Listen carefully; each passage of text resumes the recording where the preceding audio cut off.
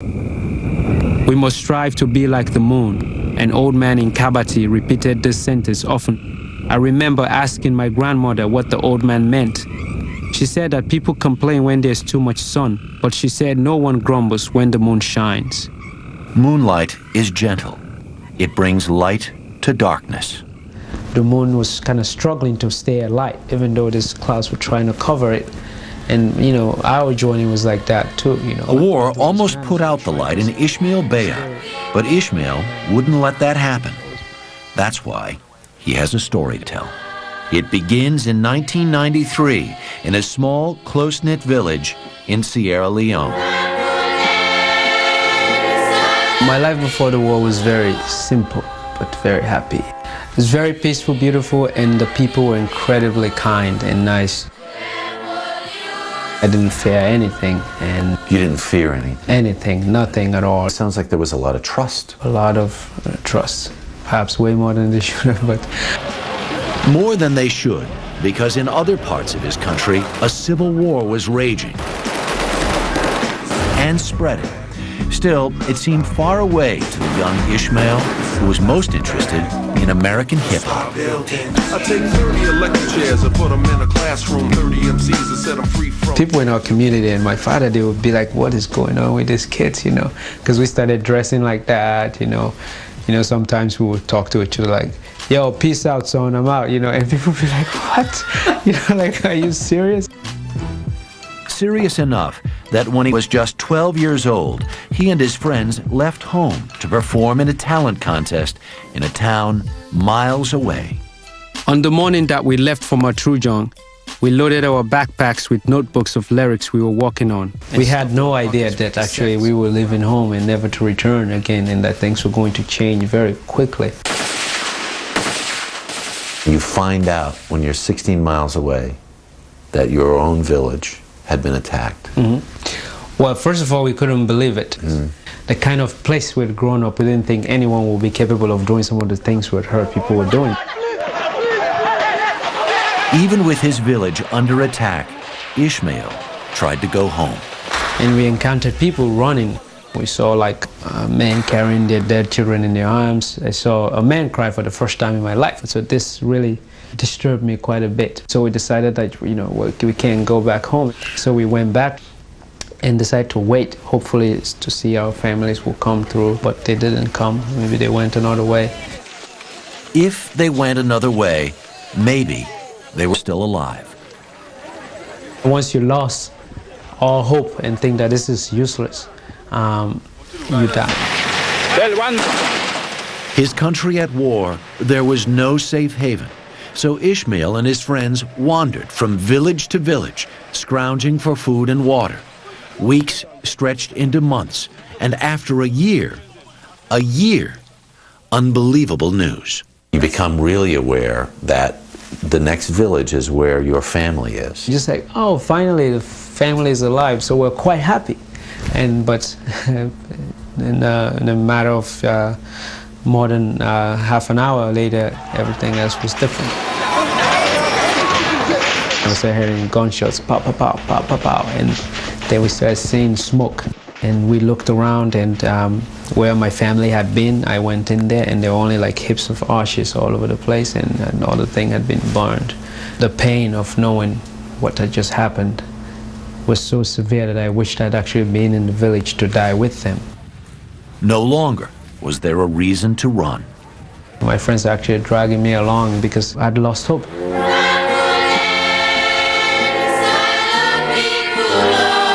Sierra Leone's civil war started in 1991 with a military coup.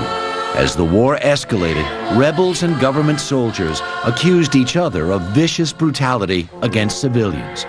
Differentiating between the good guys and the bad guys was difficult.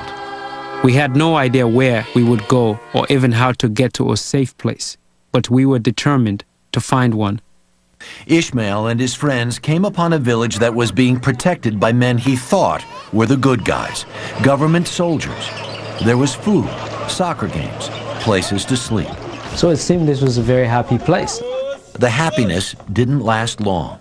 The army needed soldiers. The recruitment, brutally simple. One day they just said, you know, if you're in this village, you're going to have to fight, otherwise you can leave. But that might have seemed like a choice to somebody who didn't know what was going on there, but some people actually tried to leave, but they were shot. Ishmael and his band of brothers were nothing but boys. Their tools for survival, guns and narcotics. First, you know, you get your own weapon and everything, and the magazines and the bullets, and then they give you drugs. Drugs? Yeah. You have an AK-47 on your shoulder, and you ingest drugs before you go out. Yeah. Cocaine, marijuana, sometimes cocaine mixed with gunpowder, known as brown. The kids would watch Rambo, then head to the killing fields. I was descending to this hill so quickly, and I just started shooting, and that's what I did for over 2 years, basically. However, the commander said this guy was the enemy. There were no questions asked, because when you ask questions, they shoot you right away. Kill or be killed was the lesson young Ishmael learned. The moonlight, his light, was growing dim. Was there ever any time during these 2 years that you were fighting that you thought, I have to get out of here? No. We kind of accepted it, because we come to believe whatever the commanders were saying about how these other guys didn't deserve to live, how we were doing the right thing. And this group was the only thing that was slightly organized, and so they became like our surrogate family in a weird way. Did you have somebody in this group that was like a father figure to you? Yeah, there was the lieutenant, Lieutenant Jabati. He was very interested in Shakespeare, and I'd learned some Shakespeare before, so and sometimes I would talk to him about it, because I'd loved Julius Caesar as a kid. That seems even extra crazy in all of this insanity, that here you would be reciting portions of Julius Caesar to your commander. Yeah.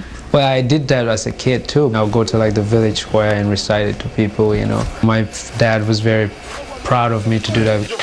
The bond between Ishmael and his commander may have helped save his life when UN workers appeared at the compound. Their mission? To rescue children forced into warfare. They spoke to his commander. The lieutenant went around and selected a few of us and said, this man will take you and give you another life. And they took our weapons from us, and we actually felt that we were being pulled from family again. Ishmael and other child soldiers were brought to the safety of a rehabilitation center in the capital, Freetown. First, there was detox to remove the drugs, then deprogramming. Once the drugs were out, then the memories started kicking in like so quickly. You know, how what you had been pressed to do was actually so bad. But now you had the consciousness to know that. But the people at the center were really absolutely kind to us. And so as time went on, I think this really kind of started making some of us stop and think and say, these people generally are only seeing us as children and nothing more. The layers of war and violence slowly shed. Ishmael's light had not been extinguished. And nearly a year later, Ishmael was selected to speak at the United Nations on behalf of the thousands of child soldiers all over the world. So then here I was on a plane. I never been on a plane before. And then we get off the plane and there's these little things falling, you know. So then I'm like, you know, this little, maybe I've seen this film about Christmas before with the snow. Maybe it's Christmas here all the time, you know. So I'm trying to find an association with what is going on and what I'm seeing, what I'm feeling. But it's absolutely, everything was so shocking, you know. Like, part of the shock was he was dressed in summer weight clothing, and that caught the eye of New Yorker Laura Sims, who was working at the UN conference. On impulse, she gave him her coat. And her dedication to Ishmael continued after the conference ended, and he was returned to Sierra Leone, where civil war was still raging. And I thought, my God, what if like I had been in the Holocaust 60 years before and somebody had flown me out to speak in New York with a group of kids, put me in a hotel with 3 meals a day, and then flew me back. Which is why Sims decided to get Ishmael out of Sierra Leone and adopt the 16-year-old. College followed, and now a best-selling book and newfound acclaim. Do you know why you survived? I have no idea why I survived. It was either pure luck or God was looking out for me or somebody else. Not only did you survive, but you somehow, your heart is still intact. I think the reason why I think I'm able to have that is because of my upbringing, what I had as a child. Because I was so happy as a kid, that joy inside me didn't completely get wiped out even through the madness. Somehow, the child inside the man did not die. Whenever I get a chance to observe the moon now, I still see those same images I saw when I was 6. And it pleases me to know that part of my childhood is still embedded in me.